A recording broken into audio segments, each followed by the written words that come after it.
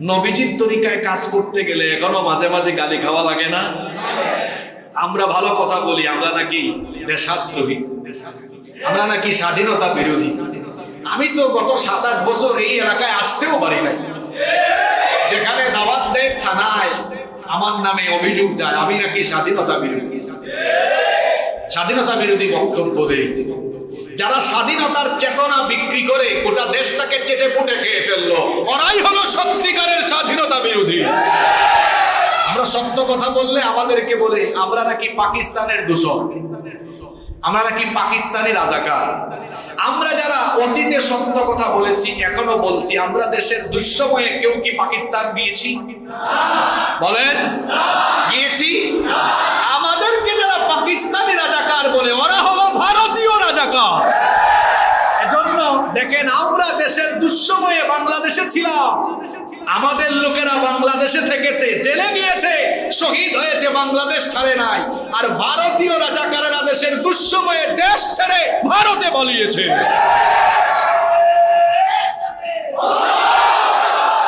আরে বাপরে বাপ, কিছু লোক দায়িত্ব নিয়েছে, তারাও অনুমতি দিবে আর মাহফিল হবে। ছিল কি ছিল না? আল্লাহ আর রসুলের কথা বলা হবে। আল্লাহর কথা বলতে হলে গোলামের কাছ থেকে অনুমতি নেওয়া লেগেছে। যে সকল লোকেরা কোরআনের মাহফিল করতে গিয়ে মানুষদেরকে কষ্ট দিয়েছে, পাবলিক থানায় যাইতে যাইতে জুতার তলা ক্ষয় হয়ে গেছে, এরকম করে যারা কষ্ট দিয়েছে, আজ তারা কোথায়? কোন গর্তে যে গিয়ে লুকিয়েছে কেউ জানে না। ঠিক কিনা বলেন? বেশি বাড়াবাড়ির ফলাফল ভালো হয় না, বেশি বাড়াবাড়ির ফলাফল ভালো হয় না। এই দেশ, এই জমিনটাই তো আল্লাহ। এই জমিনটা কার? আল্লাহর জমিনে আল্লাহর কোরআনের কথা বলা যারা বন্ধ করে দিতে চেয়েছিল, আজ আল্লাহ তাদের সবকিছু বন্ধ করে দিয়েছে। আওয়াজ বন্ধ। কে আছে সাহস করে? তারা যে দল করত সেই দলের নাম সাহস করে এখন বলার মতো ক্ষমতাও তারা হারিয়ে ফেলছে। এই শাস্তি কার? শাস্তিটা কার? বেশি বাড়াবাড়ি হয়ে গিয়েছে, বেশি বাড়াবাড়ি হয়ে গিয়েছে।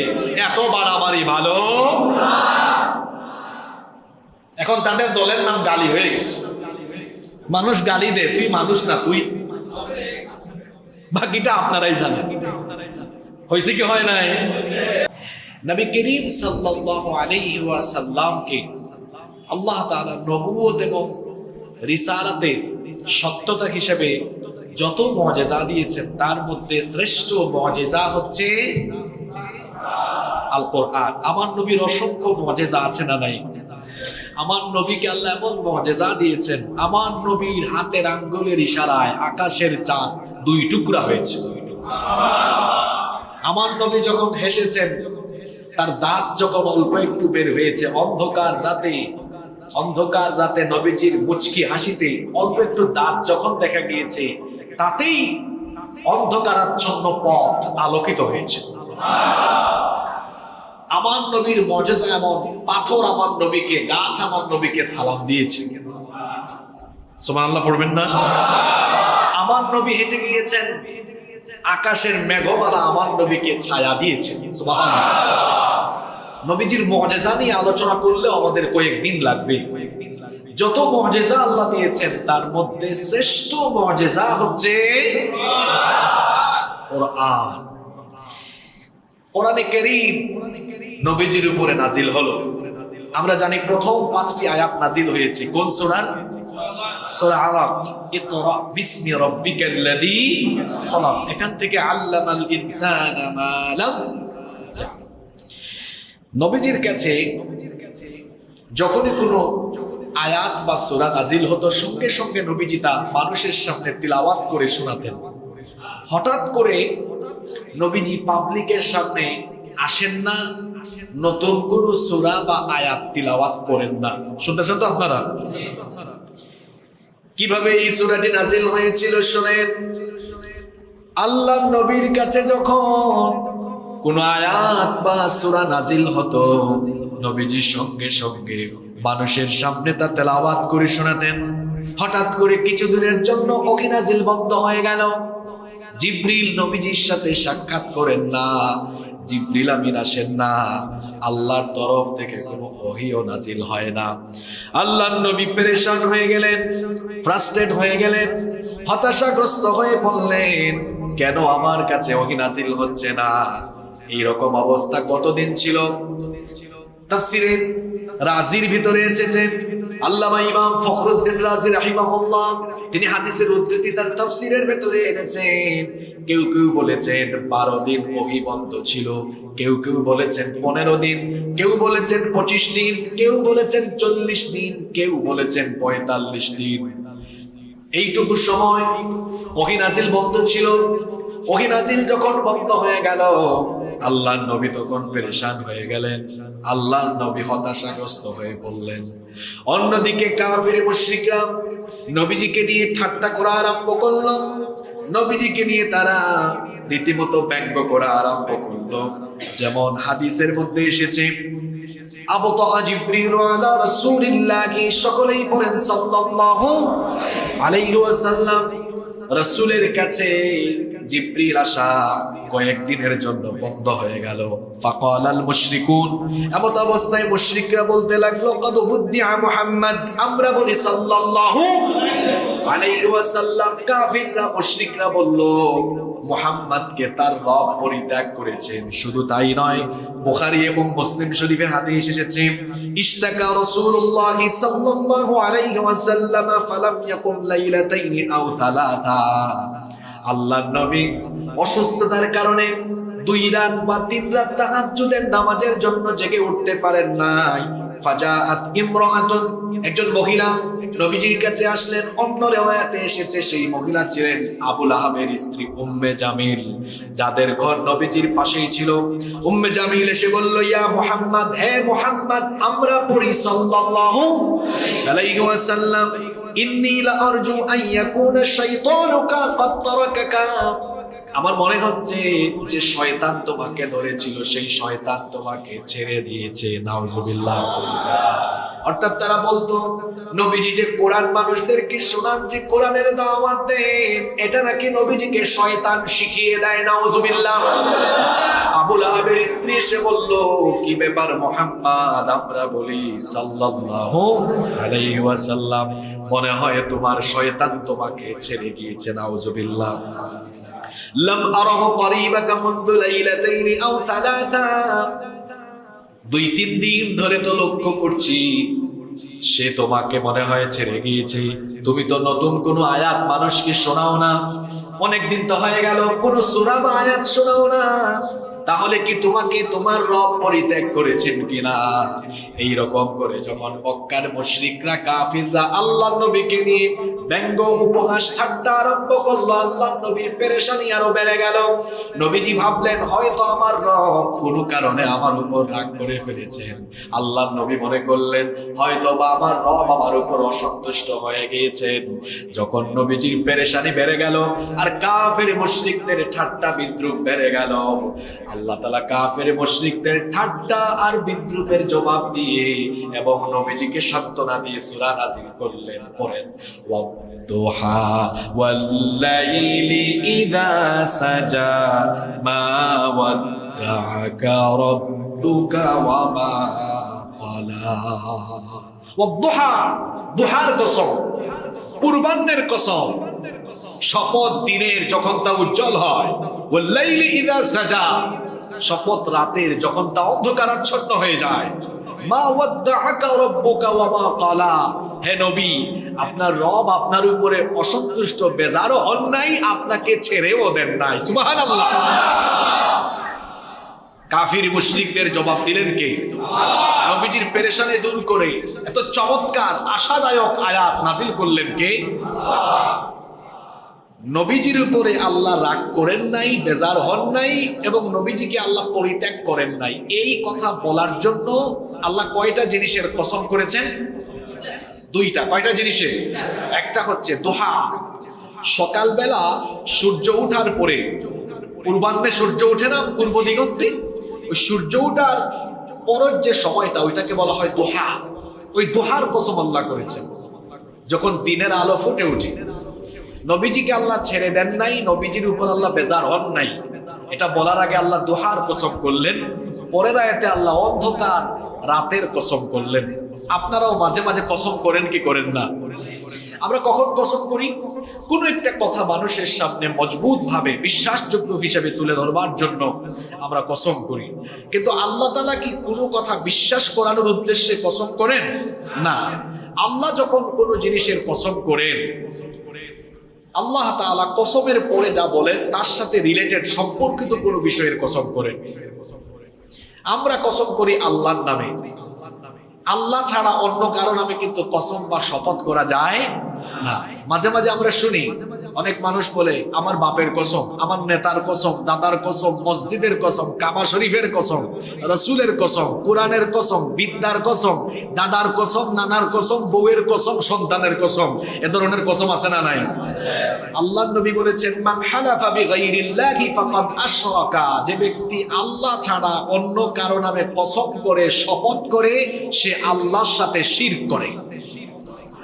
তাহলে কসম শুধু একজনের নামে করা যায়, তিনি কি? আল্লাহ ছাড়া অন্য কারো নামে কসম করবেন? আবার অতিমাত্রায় কসমকারীরা মিথ্যাবাদী হয়, এজন্য বেশি বেশি কসম করাও যাবে। আল্লাহ এখানে কেন দিন এবং রাতের কসম করলেন? এর কারণ হলো এই যে দিন এবং রাত, আচ্ছা আল্লাহ যদি চাইতেন 24 ঘন্টা দিন রেখে দিতে পারতেন কিনা? আপনাদের কোনো সন্দেহ আছে? আল্লাহ যদি চাইতেন 24 ঘন্টা অন্ধকার বানিয়ে রাত বানিয়ে রাখতে, আল্লাহ মনে হয় পারতেন না? এই ক্ষমতা আল্লাহ নাই তো? আছে? তাহলে দিন আর রাত আল্লাহ কেন দিয়েছেন? এর একটা হিকমত আছে না নাই? পৃথিবীতে দিন কেন হয়, রাত কেন হয়? এটা হচ্ছে আহ্নিক গতির ফলাফল। পৃথিবী তার নিজ অক্ষে একবার ঘুরে আসতে সময় লাগে 23 ঘন্টা 56 মিনিট 4 সেকেন্ড। পৃথিবী যখন সূর্যকে কেন্দ্র করে ঘুরে, এই ঘূর্ণায়নের সময় পৃথিবীর যে অংশ সূর্যের দিকে পড়ে তখন ওই অংশটাতে দিন থাকে, আলোকিত হয়, আর এর অপোজিট অংশে তখন কি থাকে? যেমন বাংলাদেশে এখন রাত, আমেরিকা এখন দিন। এটা হচ্ছে আহ্নিক গতির ফলাফল, আহ্নিক গতির ফলে এটা হচ্ছে। এই আহ্নিক গতি যদি না থাকতো তাহলে পৃথিবী বসবাসের উপযোগী থাকতো না।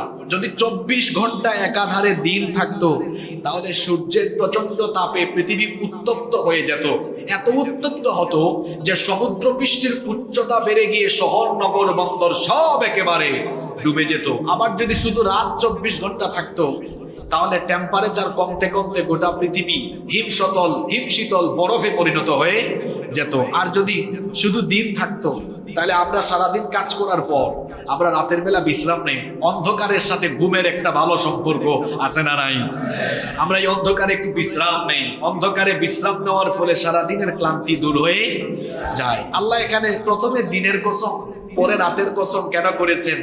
সারাদিন কর্মক্লান্ত হওয়ার পরে রাতের বেলা যখন বিশ্রাম নিলে আবার সকালবেলা মানুষ প্রাণচঞ্চল হয়ে যায়, কাজের জন্য আবার নিজেকে ফিট রেখে ফেলে। আল্লাহ নবীজিকে দিন রাতের কসম করে বলেছেন আপনার রব আপনার উপর বেজার হন নাই, আপনাকে ছেড়েও দেন নাই। এ কথা বোঝাতে চেয়েছেন ও নবী, দিনের পরে যেমন রাত বিশ্রামের জন্য দেওয়া হয়েছে ঠিক তেমনি ওহী নাজিলের পরে কিছু সময় বিরতি দেওয়া হয়েছে, কারণ ওহী নাজিলের ভার এটা ধারাবাহিকভাবে সহ্য করা আপনার জন্য কষ্ট হয়ে যাবে। প্রাথমিক অবস্থায় নিজেকে যেন ওহী নাজিলের সময় যে কষ্ট হয় এটার জন্য আপনি যেন ফিট করতে পারেন, এজন্য আমি আল্লাহ সামান্য বিশ্রাম দিয়ে আপনার স্নায়ুকে আরো শক্তিশালী করেছি। সুবহানাল্লাহ। এজন্য আল্লাহ দিন এবং রাতের কসম করেছেন। সুবহানাল্লাহ। ওহী নাজিলের ভার আছে না নাই?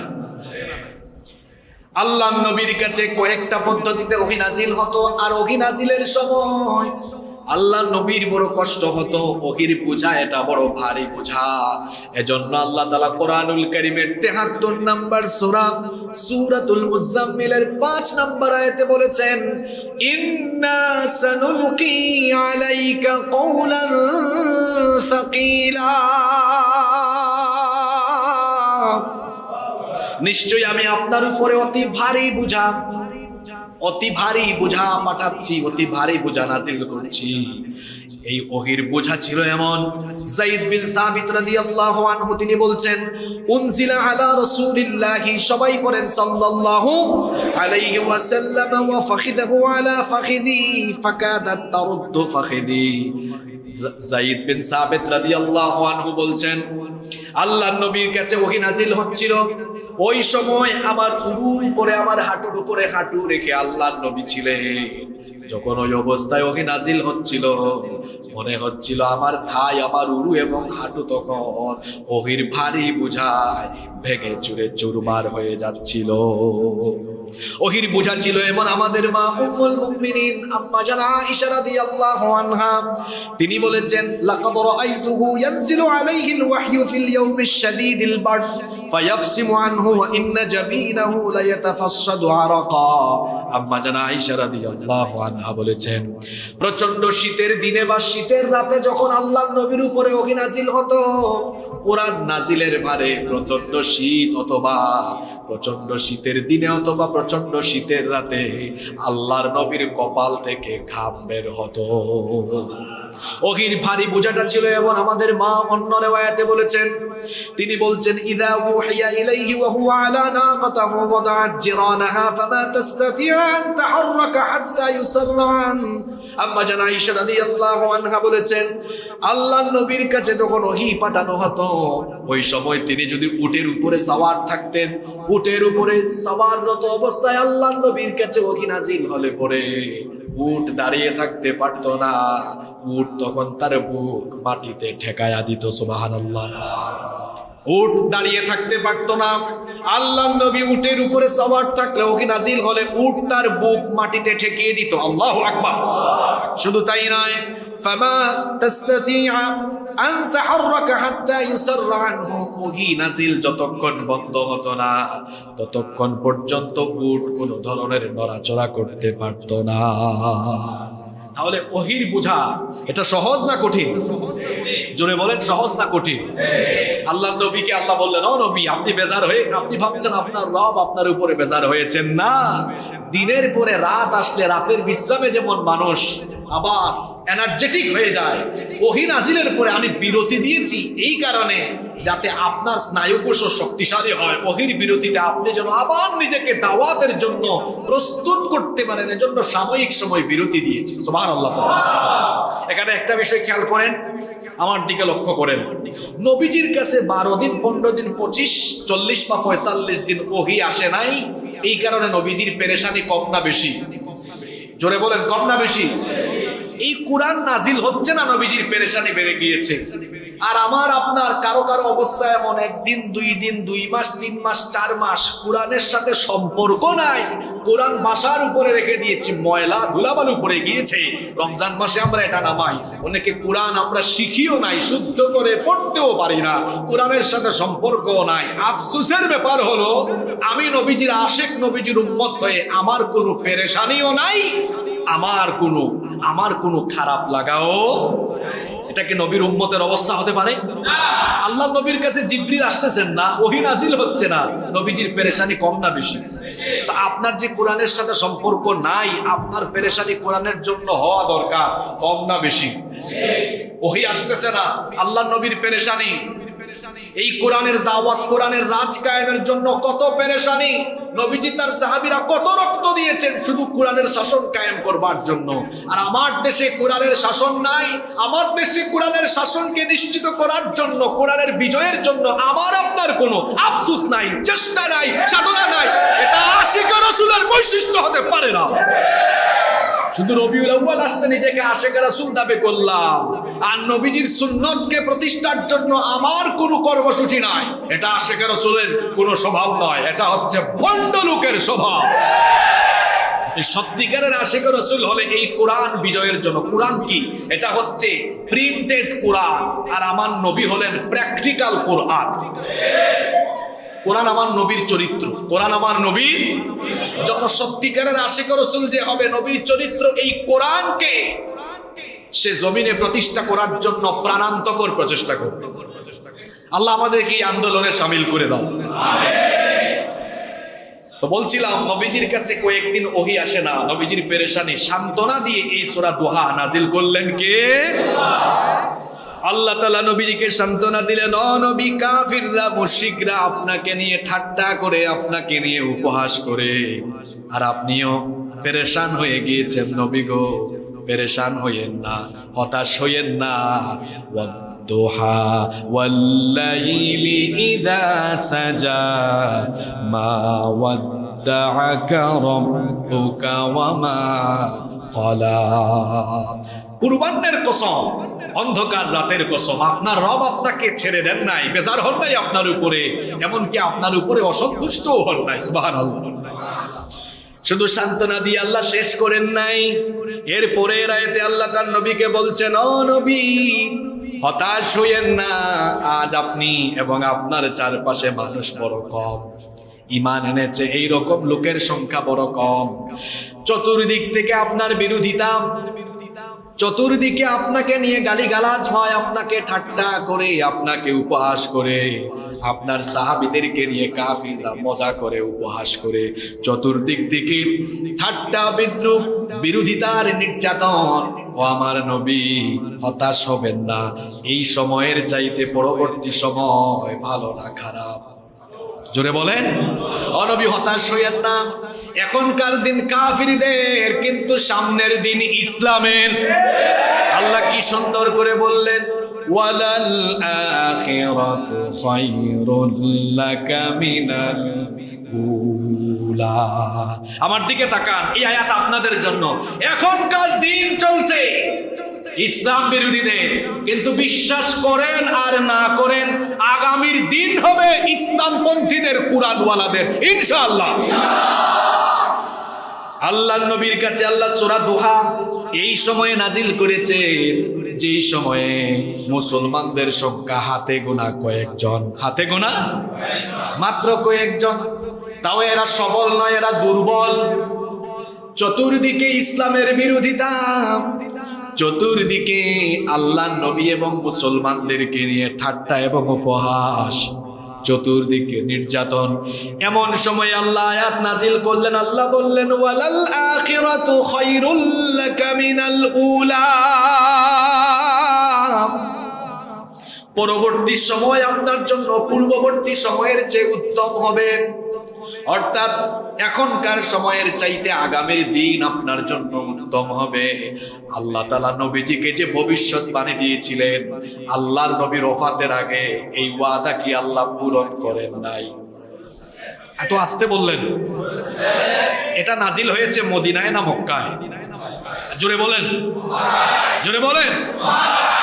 আল্লাহর নবীকে আল্লাহ বললেন, নবীজি সামনের দিন আসতেছে, ভালো দিন। আল্লাহ জানায় দিলেন, ওফাতের আগে আল্লাহ তার নবীকে নিজের চোখে ইসলামের বিজয়ে দেখায়া দিলেন। যেই মক্কায় কাফিররা নবীজিকে গালি দিয়েছে, সাহাবীদেরকে গালি দিয়েছে, নির্যাতন করেছে, আল্লাহ তাআলা তার নবীকে এই মক্কার ভূমি ইসলামের জন্য আল্লাহ বিজয়ী করে দিয়েছিলেন। এই মক্কা কি ইসলামের হয় নাই? মদিনা কি ইসলামের হয় নাই? আর চট্টগ্রাম, সিলেট, ঢাকা, গোটা বাংলাদেশে ইসলামপন্থীরা অনেক সময় ভালোভাবে কাজ করার সুযোগ পায় না। গত 15 বছর তো সুযোগই পায় নাই। পূর্বের সময়ের চেয়ে পরবর্তী সময় ভালো না খারাপ? এটা হুজুরের কথা না আল্লাহর কথা? জোরে বলেন। আল্লাহ নবীজিকে মক্কি জিন্দেগিতে সূরা নাজিল করলেন, নবী সামনের দিন ভালো আসতেছে। এমন দিন আসলো, বদরে বিজয়, বদরে বিজয়, ধারাবাহিক বিজয়, মক্কা বিজয়, মদিনা, মক্কা, গোটা আরব ভূখণ্ড, এমনকি রোম আর পারস্য পর্যন্ত ইসলাম চলে গেল। সুবহানাল্লাহ। বাংলাদেশের মুসলমানরাও হতাশ হওয়ার কারণ নাই। আগামীর দিনে এই বাংলাদেশ কুরআনওয়ালারা শাসন করবে ইনশাআল্লাহ। এটা হুজুরের ওয়াদা না, এই ওয়াদা সূরা দোহায় করেছেন কে? শুরু করলেন দাওয়াত একজন, মুহাম্মদ সাল্লাল্লাহু আলাইহি ওয়াসাল্লাম। আজকে কি একজন না কোটি কোটি? প্রথমে দাওয়াত মক্কায়, ছড়িয়ে গেল মদিনায়, তারপরে রোম, তারপরে পারস্য, এরপরে এশিয়া, ইউরোপ, আফ্রিকা, ভারতীয় উপমহাদেশ। পৃথিবীর প্রতি ইঞ্চি জমিনের উপরে কিয়ামতের আগে ইসলাম কায়েম হবে ইনশাআল্লাহ। এই ওয়াদা কার? আল্লাহ বলেছেন ওয়ালাল আখিরাতু খায়রুল লাকা মিনাল উলা। প্রাথমিক এই যুগের চাইতে, প্রাথমিক সময়ের চাইতে পরবর্তী সময় উত্তম। আবার কোন মুফাসসির এই আয়াতের ব্যাখ্যা করেছেন এভাবে, ইহকালের চাইতে আপনার জন্য পরকাল অতি উত্তম। এরপরে আল্লাহ তাআলা পরের আয়াতে তার নবীকে বললেন, পরে আমার সঙ্গে যারা পারেন, ওয়ালা সাউফা ইউতিকা রাব্বুকা ফাতারদা।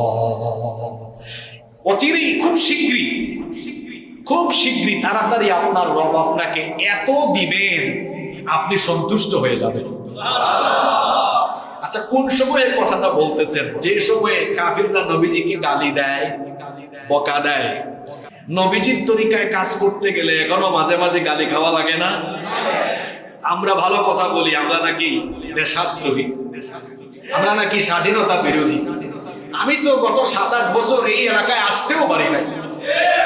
যেখানে দাওয়াত দেয় থানায় আমার নামে অভিযোগ যায় আমি নাকি স্বাধীনতা বিরোধী, স্বাধীনতা বিরোধী বক্তব্য দেই। যারা স্বাধীনতার চেতনা বিক্রি করে গোটা দেশটাকে চেটে পুটে খেয়ে ফেললো, ওরাই হলো সত্যিকারের স্বাধীনতা বিরোধী। আমরা সত্য কথা বললে আমাদেরকে বলে আমরা নাকি পাকিস্তানের দূষণ, আমরা নাকি পাকিস্তানি রাজাকার। আমরা যারা অতীতে সত্য কথা বলেছি, এখনো বলছি, আমরা দেশের দুঃসময়ে কেউ কি পাকিস্তান গিয়েছি? বলেন, গিয়েছি? আমাদেরকে যারা পাকিস্তানি রাজাকার বলে, ওরা হলো ভারতীয় রাজাকার। এজন্য দেখেন, আমরা দেশের দুঃসময়ে বাংলাদেশে ছিলাম, আমাদের লোকেরা বাংলাদেশে থেকেছে, জেলে গিয়েছে, শহীদ হয়েছে, বাংলাদেশ ছাড়ে নাই। আর ভারতীয় রাজাকারেরা দেশের দুঃসময়ে দেশ ছেড়ে ভারতে পালিয়েছে।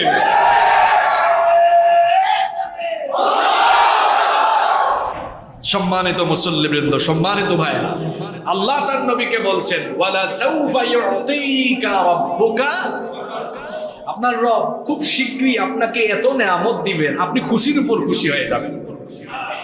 এই কথা আল্লাহ যেন আপনাদেরকেই বলছেন। আসলে আমাদের হারানোর কিছু, আল্লাহ বলছেন ওয়ালা সাউফা ইউতিকা রাব্বুকা ফাতারদা। ঈমানের পথে যারা আছো, অচিরেই আল্লাহ তোমাদেরকে এত নিয়ামত দিবেন যা তোমরা ভাবতেও পারো নাই। সুবহানাল্লাহ বলবেন না? আল্লাহ তাআলা যে তার নবীজিকে দিবেন, আল্লাহ যে তার নবীজিকে ছেড়ে দেন নাই, এবার আল্লাহ তার নবীকে অতীত মনে করায় দিচ্ছেন। আপনারা শুনতেছেন তো? আমি কিন্তু বড় জোর আর 20-25 মিনিট কথা বলবো, কারণ 1 ঘন্টার বেশি বক্তব্য রাখলে মানুষের মনোযোগ থাকে। আপনারা সামনের 20-25 মিনিট আমাকে সময় দিতে পারবেন তো? আরো দামি কথা আসতেছে সামনে ইনশাআল্লাহ। আল্লাহ তার নবীকে বললেন, ও নবী, আমি আপনাকে পরিত্যাগ করিনি, আমি আপনার উপর বেজারও হইনি, বরং আপনাকে আমি নিয়ামত দিব, চিরে এত নিয়ামত দিব যা আপনি কল্পনাও করতে পারবেন। আল্লাহ কি দেন নাই? মক্কা মদিনা ইসলামের করে দিলেন, রোম পারস্য পর্যন্ত ইসলাম ছড়িয়ে গেল। শুধু তাই নয়, এখানে কোন মুফাসসির বলেছেন শুধু দুনিয়া নয়, আখিরাতেও আল্লাহ তার নবীজিকে সম্মান দিবেন। কম না বেশি? আমাদের নবীর সম্মান দুনিয়াতেও বেশি, আখিরাতেও সবার চাইতে। আমার নবীর সম্মান, আমার নবীর মর্যাদা এত বেশি, আমার নবী বলেছেন আনা সাইয়্যিদু ওয়ালাদি আদম ইয়াউমাল কিয়ামা, কিয়ামতের ময়দানে আল্লাহ তাআলা আমাকে গোটা মানব জাতির নেতা বানিয়ে দিবেন। শুধু তাই নয়, ইসরাফিলের সিংহার ফুৎকারে যখন পৃথিবী লন্ডভন্ড হয়ে কিয়ামত হয়ে যাবে, কবরগুলো যখন খুলে যাবে, ওয়া আনা আউয়ালু মান ইয়ানশাক্কু আনহুল কবর, সবার আগে আমাকে কবর থেকে উঠাবেন কে? আল্লাহ। শুধু তাই নয়, ওয়া আনা আউয়ালু শাফি' ওয়া আউয়ালু মুশাফফা, আমি হচ্ছি প্রথম সুপারিশকারী। কিয়ামতের দিন আমি শাফায়াত করব না যতক্ষণ আল্লাহ তাআলা বিচারের কার্যক্রম শুরু করবেন না ততক্ষণ। আমার নবীর মর্যাদা এত বেশি, কিয়ামতের দিন সর্বপ্রথম আমার নবীকে আল্লাহ কাউসার দান করবেন। সুবহানাল্লাহ। আমার আমার নবীর সম্মান, আমার নবীর মর্যাদা এত বেশি, কিয়ামতের দিন আমার নবী সুপারিশ করার আগ পর্যন্ত অন্য কোন নবীকে আল্লাহ সুপারিশের অনুমতি দিবেন না। শুধু তাই নয়, আমার নবীর মর্যাদা এত বেশি, আল্লাহ নবী বলেছেন কিয়ামতের দিন আল্লাহ তাআলা আমাকে দিয়ে জান্নাত উদ্বোধন করাবেন। আমি জান্নাতের দরজার কাছে যাব না যতক্ষণ জান্নাতের দুয়ার খোলা হবে না ততক্ষণ। তাহলে আমার নবীর সম্মান মর্যাদা দুনিয়া আখিরাতে সবার চাইতে কম না বেশি? সেই নবীকে আল্লাহ বলছেন ওয়ালা সাউফা ইউতিকা রাব্বুকা ফাতারদা, শীঘ্রই আপনাকে এত বেশি দেওয়া হবে যাতে আপনি সন্তুষ্ট হয়ে যাবেন। নবী, সামনেও দেওয়া হবে, অতীতেও তো আপনাকে দেওয়া হয়েছিল। কিভাবে অতীতেও আপনার রব আপনার উপরে মেহেরবানি হয়েছিলেন শুনেন। এবার আল্লাহ তার নবীজিকে মনে করে দিচ্ছেন, যারা পারেন আমার সঙ্গে পড়েন, আলাম ইয়াজিদকা ইয়াতীমান ফাআওয়া, আমি কি আপনাকে এতিম অবস্থায় পাইনি? এরপরে আমি কি আপনার সব রকমের আশ্রয়ের ব্যবস্থা করিনি? সুবহানাল্লাহ। আল্লাহ বলছেন, ও নবী, আপনাকে তো জন্মের পর থেকেই ছাড়ি নাই, তখন থেকেই আমি আপনার সাথে ছিলাম, এখনো আছি। আলাম ইয়াজিদকা ইয়াতীমান ফাআওয়া, আমি কি আপনাকে এতিম অবস্থায় পাইনি, তারপরে আমি কি আপনাকে আশ্রয়ের ব্যবস্থা করিনি?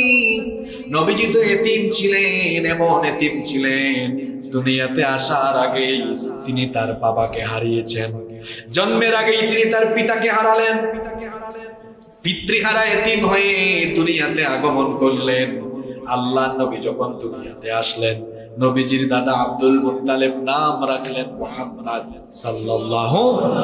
পৃথিবীতে এর আগে কখনো কারো নাম মুহাম্মদ রাখাই হয় নাই। সুবহানাল্লাহ। কত সুন্দর, কত চমৎকার একটি নাম। আল্লাহর নবীর জন্ম হলো, এতিম অবস্থায় তিনি আসলেন। সেই যুগে আরবদের রীতি ছিল, শহরের রোগবালাই থেকে সন্তানদেরকে হেফাজত করার জন্য তারা সন্তানদেরকে মরুভূমিতে বেদুইনদের কাছে পাঠিয়ে দিতেন। শুধু তাই নয়, তৎকালীন সময়ে বেদুইনদের ভাষা ছিল সবচাইতে শুদ্ধ, এজন্য বেদুইনদের তত্ত্বাবধানে সন্তানদেরকে পাঠানো হতো। শুধু তাই নয়, মরুভূমির আবহাওয়া হলো অত্যন্ত রুক্ষ আবহাওয়ায় যেন একটি সন্তান শক্তিশালী হয়ে বেড়ে ওঠে, সেজন্য তৎকালীন আরব লোকেরা সন্তানদেরকে ছোট্টবেলায় বেদুইন অঞ্চলে পাঠাতেন, মরুভূমি অঞ্চলে পাঠাতেন। রাসূলের জন্মের পরে, আল্লাহর নবীর জন্মের পরে, নবীজির দাদা আব্দুল মুত্তালিব ধাত্রী মহিলাদের সন্ধান করছেন, যাতে করে নবীজিকে মরুভূমিতে কোনো বেদুইন পরিবারে দেখা যায়। তায়েফের বনু সাদ গোত্রের একদল নারীরা মক্কায় আসলেন দুগ্ধ শিশু তালাশের জন্য। এতিম বাচ্চা যদি কেউ নিয়ে যায় পারিশ্রমিক কম পাবে, সেজন্য ওই এতিম বাচ্চা নেওয়ার জন্য ঘরেই কেউ যায় নাই। সবাই যার যার মতো করে এসে যাদের টাকা পয়সা আছে তাদের বাচ্চাগুলো নিয়ে চলে গেল। সেই সময়টা ছিল দুর্ভিক্ষের সময়। অবশেষে সৌভাগ্যবতী নারী হালিমাতুস সাদিয়া আসলেন। তিনি যে গাধায় চড়ে এসেছিলেন, দুর্ভিক্ষের কারণে সেই গাধা ছিল অত্যন্ত জরাজীর্ণ, খুবই হালকা পাতলা, ধীর গতিতে চলা গাধায় চড়ে আসার কারণে তার বিলম্ব হয়ে গেল, দেরি হয়ে গেল। দেরি করে আসার কারণে দেখলেন নামি দামি বংশের সব পরিবারের লোকদের শিশুরা অন্যান্য নারীরা নিয়ে গিয়েছেন। তিনি হতাশ হয়ে গেলেন। এমন সময় আব্দুল মুত্তালিব হালিমাতুস সাদিয়াকে লক্ষ্য করে বললেন, আমার ঘরে একটা এতিম বাচ্চা আছে, টাকা পয়সা বেশি দেওয়া যাবে না, যদি তোমাদের ভালো লাগে তাহলে পছন্দ হলে নিয়ে যেতে পারো। সৌভাগ্যবতী নারী হালিমাতুস সাদিয়া তিনি তার হাজবেন্ডের সাথে পরামর্শ করলেন, আমরা তো দেরি করে এসেছি, কোনো বাচ্চা নাই, যেহেতু কাউকেই পাই নাই, একটা এতিম বাচ্চা আছে, যাই অন্তত এটা নিয়ে যাই, পয়সা করি, যা পাইলাম তো পাইলাম। তার হাজবেন্ড সম্মতি দিলেন। অবশেষে সৌভাগ্যবতী নারী হালিমাতুস সাদিয়া যখন মা আমেনার ঘরে ঢুকলেন, ঢোকার পরে যখন ছোট্ট নবীজিকে দেখলেন, দেখার পরে তিনি বললেন, আমি আমার জীবদ্দশায় এত সুন্দর চেহারার অধিকারী কোনো বাচ্চাকে দেখি নাই। আমি আমার কুলে যখন শিশু মুহাম্মদুর রাসূলুল্লাহ সাল্লাল্লাহু আলাইহি ওয়াসাল্লামকে নিলাম, আমার কাছে তখন মনে হলো, অনুভূতিটা এমন ভাবে প্রকাশ পেল, আমার কাছে মনে হলো যেন আকাশের চাঁদ আমার কোলে চলে এসেছে। চেহারার দিকে তাকিয়ে তিনি আনন্দে আত্মহারা হয়ে গেলেন। সকল নবীদেরকে চেহারায় একটা মায়া, চেহারার একটা সৌন্দর্য তিনি দিয়েছেন। জুড়ে বলেন তিনি কে? সবচাইতে সুন্দর ছিলেন আমার নবী ইউসুফ আলাইহিস সালামকে আল্লাহ দুনিয়ার অর্ধেক সৌন্দর্য দিয়েছেন, আর দুনিয়ার সকল সৌন্দর্য আল্লাহ আমার নবীকে দান করে দিয়েছে। ইউসুফ নবী পেয়েছেন অর্ধেক, আর আমার নবী পেয়েছেন ফুল ফুল। এজন্য আমাদের মা বলেছেন, ইউসুফ নবীকে দেখে যে নারীরা হাতের আঙ্গুল কেটেছে, এই মিশরের নারীরা যদি আমার নবীকে একবার দেখতো, তাহলে আঙ্গুল নয়, আমার নবীকে দেখে পাগল পারা হয়ে কলিজাটা কেটে ফেলতো।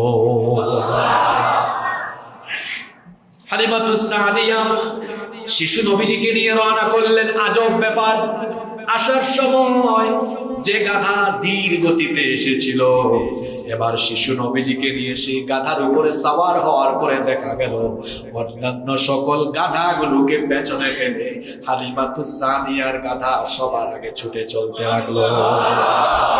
লোকেরা জিজ্ঞেস করলো, আচ্ছা হালিমা, তুমি তো এই গাধায় চড়ে এসেছিলে, তাহলে এটার স্পিড গতি হঠাৎ করে বেড়ে গেল কেন? হালিমাতুস সাদিয়া বললেন, গতি কেন বেড়েছে সেটা আমি জানি না, কিন্তু আমার কুলে যেটা এসেছে মনে হচ্ছে গোটা দুনিয়ার বরকত হয়তো আমার কাছে চলে এসেছে। দুর্ভিক্ষের কারণে হালিমাতুস সাদিয়া বলছেন, আমার শিশু সন্তানগুলো আমার বুকের দুধ ঠিক মতো পেত না। আজীব ব্যাপার, বাড়ি যাওয়ার পরে লক্ষ্য করলাম আমার সিনা, আমার বুকে দুধ পরিপূর্ণ হয়ে গেল। আমার হাজবেন্ড আমাকে বললেন, আমাদের যে পত্নীগুলো দুধ দিত না, সেগুলো অলান পর্যন্ত দুধে পরিপূর্ণ হয়ে গেল। আমাদের ঘরে এমন বরকত নেমে আসলো, আমাদের খেজুর গাছের ফলন বেড়ে গেল, আমাদের সকল ধরনের ফসলের ক্ষেতে বরকত বেড়ে গেল। আমরা বুঝতে পারলাম এই শিশুর কারণে আল্লাহ আমাদেরকে বরকত দান করেছে। আল্লাহ বলছেন, আলাম ইয়াজিদকা ইয়াতীমান ফাআওয়া, ও নবী, এতিম অবস্থায় পেয়ে আমি কি আপনাকে এভাবে আশ্রয় দেইনি? বাবা চলে গেলেন, এরপরে কিভাবে আশ্রয়ের ব্যবস্থা করলাম? একটা ভালো গোত্রের, সম্ভ্রান্ত গোত্রের একজন সম্ভ্রান্ত নারীর তত্ত্বাবধানে আমি আপনাকে লালন পালন করালাম। এরপরে আবার যখন মায়ের কোলে ফিরে আসলেন 6 বছর বয়সে, আল্লাহর নবী তার মাকেও হারিয়ে ফেললেন। আগে ছিলেন বাপের এতিম, এখন হয়ে গেলেন মার এতিম। বাপও নাই, মাও নাই, আমার নবী এতিম হয়ে গেলেন। এরপরে নবীজিকে তার চাচার তত্ত্বাবধানে রেখে দেওয়া হলো, তার দাদার তত্ত্বাবধানে রেখে দেওয়া হলো। 8 বছর বয়সে দাদা আব্দুল মুত্তালিব মারা গেলেন। এরপরে তিনি চাচা আবু তালিবের আশ্রয়ে চলে গেলেন। আবু তালিবের আশ্রয়ে তিনি দীর্ঘ সময় পর্যন্ত ছিলেন। মক্কার কাফিররা যখন নবীজির বিরোধিতা করেছে, তখনও আবু তালেব আল্লাহর নবীকে শেল্টার দিয়েছেন। সুবহানাল্লাহ। আল্লাহ তাআলা তার নবীকে বলছেন, ও নবী, এইভাবে করে এতিম অবস্থায় আমি কি আপনাকে আশ্রয় দেইনি? আমি কি আপনার আশ্রয়ের ব্যবস্থা করিনি? সুতরাং কেন আপনি হতাশ হচ্ছেন? আগেও আপনার সাথে ছিলাম, এখনো আপনার সাথে আছি না নাই? জোরে বলেন। এরপরে আল্লাহ তাআলা তার নবীকে বলছেন, শুধু তাই নয়, ওয়াজাদাকা দাল্লান ফাহাদা, আমি আপনাকে পথহারা পেয়েছিলাম। এখানে দল্লান মানে গুমরা বা পথভ্রষ্ট নয়। নবীজি কি গুমরা ছিলেন? নাউজুবিল্লাহি মিন যালিক। মক্কার মুশরিকরা অনেকে মূর্তি পূজা করেছে, শিরক করেছে, কিন্তু আল্লাহর নবী এক মুহূর্তের জন্য তাদের সাথে কোনো শিরকি কর্মকাণ্ডে শামিল হন। আমার নবীকে হেফাজত করেছেন কে? আল্লাহ।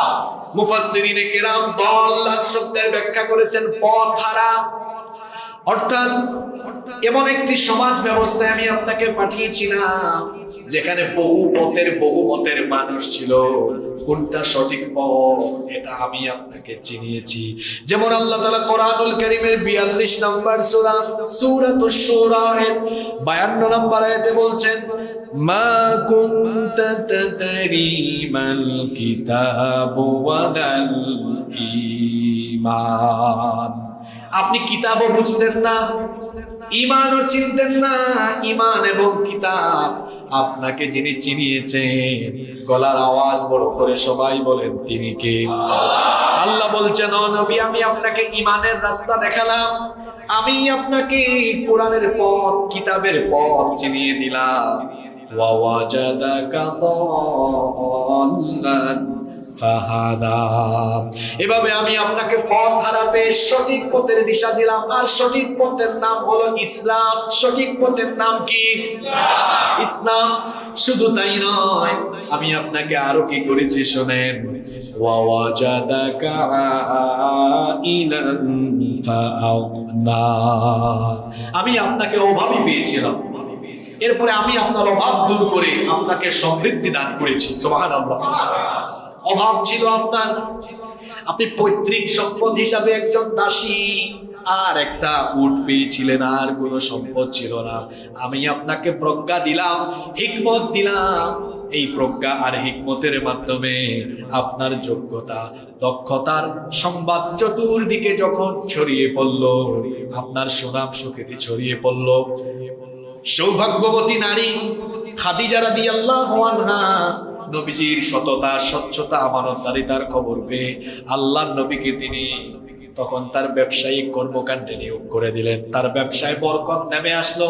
অবশেষে তিনি নবীজিকে বিবাহের প্রস্তাব দিলেন। ধর্নাঢ্য মহিলা, মক্কার সবচাইতে ধনী নারী, তাকেই আল্লাহ তাআলা নবীজির জীবন সঙ্গিনী বানিয়ে দিলেন।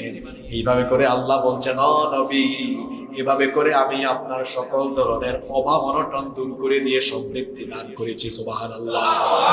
আপনি এতিম ছিলেন, এজন্য এবার আপনার প্রতি আমার আদেশ হলো, ফাআম্মাল ইয়াতীমা ফালা তাকহার। এতিমদের প্রতি কঠোর হবেন না, কঠোর আচরণ করবেন না, কারণ আপনি নিজেই তো এতিম ছিলেন। এতিমের কষ্ট আপনি বুঝেন, দুঃখ বুঝেন। অতএব এতিমের সাথে কখনো খারাপ আচরণ করবেন না, কঠোর হবেন না, রূঢ় আচরণ করবেন না। এতিমের সাথে ভালো আচরণ করার দরকার আছে না নাই? আল্লাহর নবী বলেছেন, আনা ওয়া কাফিলুল ইয়াতীমি ফিল জান্নাতি হাকাযা ওয়া দাম্মাস সাব্বাবাতি ওয়াল উসতা।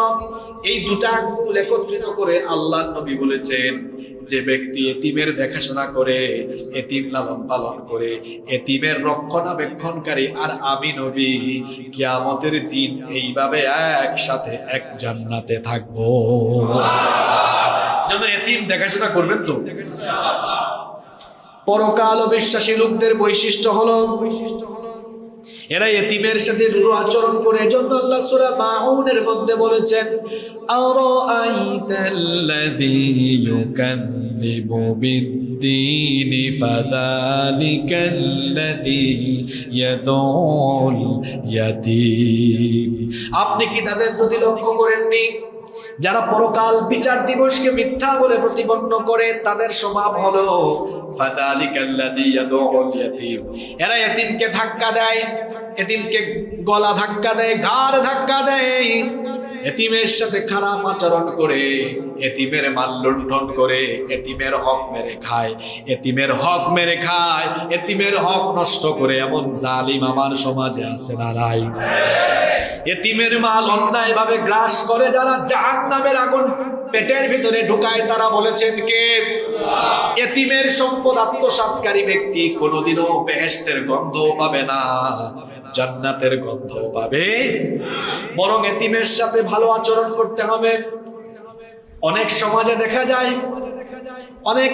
দেখা যায় কোন সন্তান যখন এতিম হয়ে যায়, পরিবারের লোকেরাই তখন জোর জবরদস্তি করে ওই এতিমের সম্পদ হস্তক্ষেপ করে ফেলে।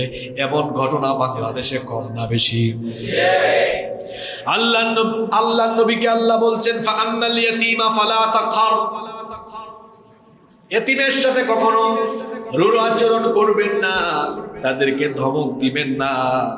খবরদার, এতিমের সাথে খারাপ আচরণ করার আগে ভাববেন আমার আপনার নবীও এতিম ছিলেন। এতিমকে কষ্ট দেওয়া মানে হলো সরাসরি নবীজিকে কষ্ট দেওয়া। আল্লাহর নবী বলেছেন এতিমের মাথায় হাত বুলাও, দেখবা আল্লাহ তোমার অন্তরটাকে নরম করে দিয়েছেন। একজন সাহাবী এসে নবীজিকে বললেন, ওগো আল্লাহর নবী, আমার চোখে পানি আসে না, আমার অন্তর পাথরের মতো শক্ত হয়ে গিয়েছে। পাথরও তো ফেটে মাঝে মাঝে ঝর্ণা বের হয়, কিন্তু আমার অন্তর পাথরের চাইতেও শক্ত, কান্না আসে না। আল্লাহর নবী তখন বললেন, তুমি বেশি বেশি এতিমের কাছে যাও, এতিমের মাথায় হাত বুলাও, তাহলে আল্লাহ তোমার অন্তরটাকে নরম করে দিবে। এতিমের কাছে যাবেন, দেখবেন এতিমের বাবা নাই, এতিমের মাও নাই। আপনাকে আপনার বাবা মা মুখে তুলে খাওয়ায়, আপনার বাবা মা নিয়ে আপনাকে স্কুলে দেয়, কলেজে দেয়, আপনার বাবা মা আপনাকে কত আদর করে, মা রান্না করে খাওয়ায়, কিন্তু এতিমের কেউ নাই যে তাকে রান্না করে খাওয়াবে। আপনার বাবা আপনাকে গিফট করে, কিন্তু এতিমের তো বাপ নাই, তাকে গিফট করার কোনো মানুষ। অতএব এতিমের সাথে ভালো আচরণ করবেন, যাদেরকে আল্লাহ সামর্থ্য দিয়েছেন। এতিমের দেখাশোনা করেন, এতিমের ভরণ পোষণ করেন, লালন পালন করেন। কারণ আল্লাহর নবী বলেছেন, যে ব্যক্তি এতিম লালন পালন করবে, সে ব্যক্তি আমার সাথে কিয়ামতে জান্নাতে থাকবে।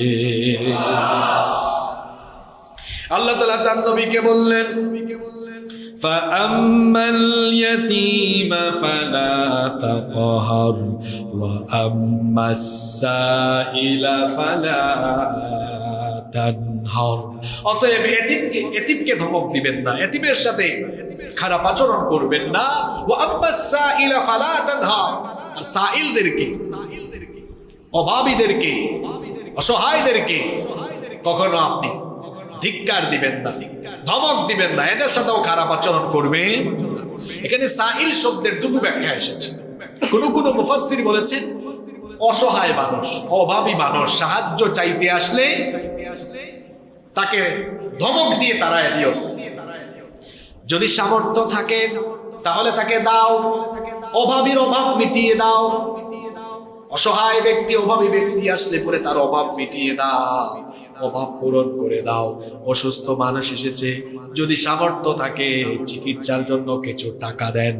বাড়ি নাই, ঘর নাই, বন্যা হয়েছে, বাড়ি ঘর উড়ায় নিয়েছে, বাড়ি ঘর একেবারে ভেসে গিয়েছে, সামর্থ্য থাকলে কয়েক বান টিন কিনে দেন। কোন একজন বাবা সন্তানকে, মেয়েকে বিয়ে দিতে পারে না, এসেছে আপনার কাছে সাহায্য চাইতে, সামর্থ্য থাকলে ফিরাইয়া দিবেন না, তাকে আপনি সহযোগিতা করবেন। আল্লাহর নবী বলেছেন, যে ব্যক্তি কোনো অসহায় মানুষের প্রয়োজন পূরণ করবে, আল্লাহ তাআলা ওই ব্যক্তির দুনিয়া আখিরাতের সকল প্রয়োজন পূরণ করে দিবে। ওয়া আম্মাস সাইলা ফালা তানহার। সাইল অভাবী অসহায় যে চায় তাকে ফিরিয়ে দিও না। মুফাসসিরগণের ব্যাখ্যায় আরো বলেছেন যে যদি কোনো ব্যক্তি এমন সাইল হয়, জ্ঞান কম, জানে না, কোনো বিষয় জানতে আসে, বদমেজাজি হয়ে তাকে তাড়িয়ে দিও না, বরং সুন্দর ভাষায় তাকে বুঝিয়ে দাও, কোমল ভাষায়, নরম ভাষায়, মার্জিত ভাষায় বুঝিয়ে দাও। আল্লাহর নবীকে আল্লাহ এই কথার জন্য বললেন, ও নবী, এমন সমাজে দাওয়াত দিচ্ছেন, এই সমাজের মানুষ জাহেলিয়াতে নিমজ্জিত রয়েছে।